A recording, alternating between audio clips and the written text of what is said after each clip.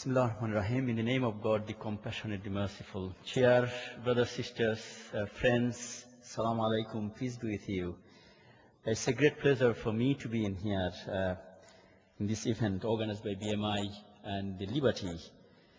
It's now a fact that in recent months there has been a veritable regular drip feed of ministerial statements stigmatizing an entire community. We have seen politicians speaking and trying to pass legislation on the premise that mosques are a problem. And now we see government giving guidelines as violent extremism in the name of Islam in the universities.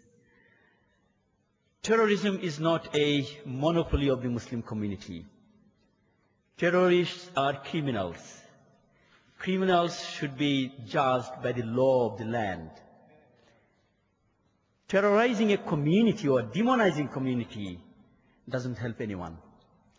Unfortunately, what we have seen for the last few months is sections of the media and some politicians are trying to portray the whole Muslim community as a problem community.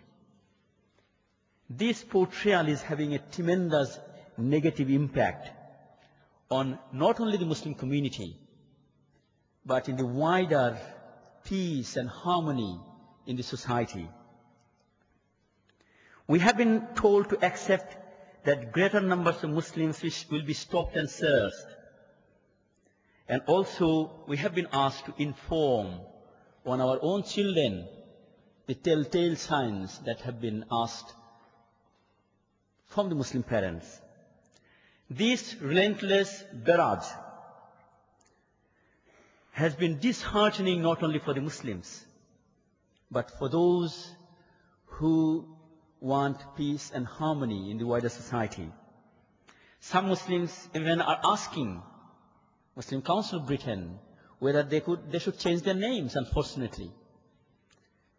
When a community is continuously demonized, then sections of that community feel really vulnerable, and we see our young people are feeling really vulnerable. And in fact, this is a great diversion from many of the real challenges that our community and our society faces. Underachievement, deprivation, social division, alienation, discrimination, Islamophobia, racism. These are the real issues. Our nation deserves a strategy to move forward. But what we are receiving instead is hastily formulated laws in the parliament. And these laws are giving lots of concern for not only Muslims, but for all. A third of Muslims in this country live in the 10% most deprived neighborhoods.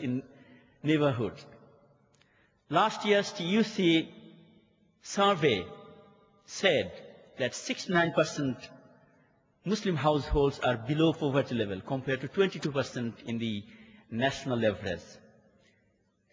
Graduate unemployment among Muslim youth in some areas runs from 25% to 33%. Educational underachievements, housing, health, these are the issues that the Muslim community is facing. And last month's Muslims in London report by Ken Livingstone has shown that London Muslims also are having this deprivation and alienation. People tend to forget that Muslims are a very diverse community. We call it a community of communities, an evolving young community. Naturally, we have seen success in certain areas. We have seen difficulties in many places of our community.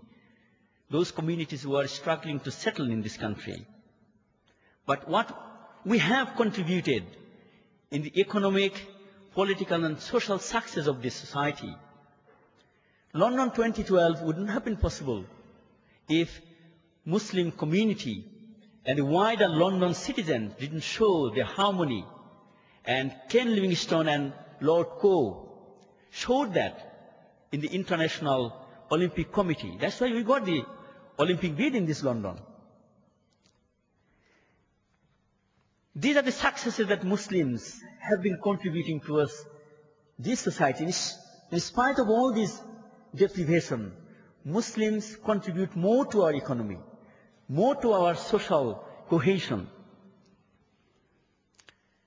But the problem is our criminal justice system, our police sometimes don't work well. What happened in the 2nd of June? Massive raid in Forest Gate without finding any reason for them to be arrested. And a massive publicity. That didn't help the Muslim community.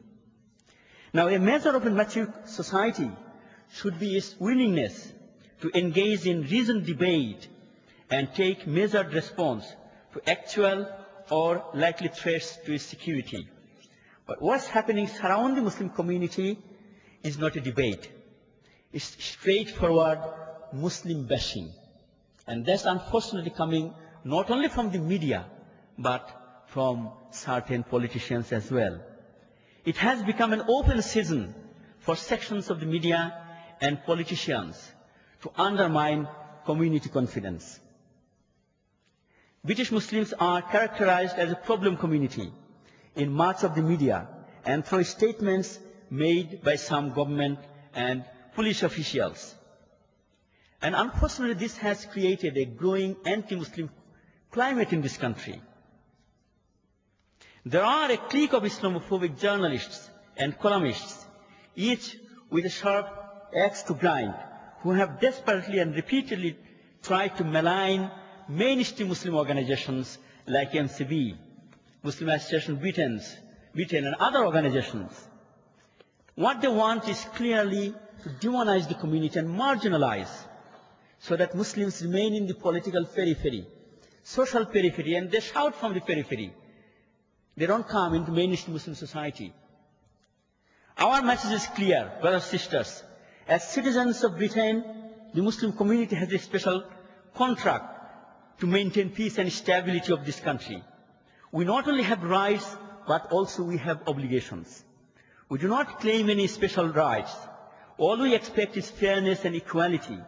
Let there be no doubt in our minds that we have an unilateral obligation to interact and engage with all around us, irrespective of their background.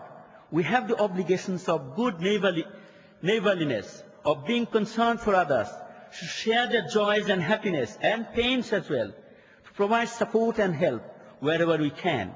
We have an obligation to encourage all that is good and discourage all that is harmful. In fact, that's our religious teaching as well. No one must be tempted to commit any criminal or subversive activity. Anyone committing any criminal act should go through the process of law.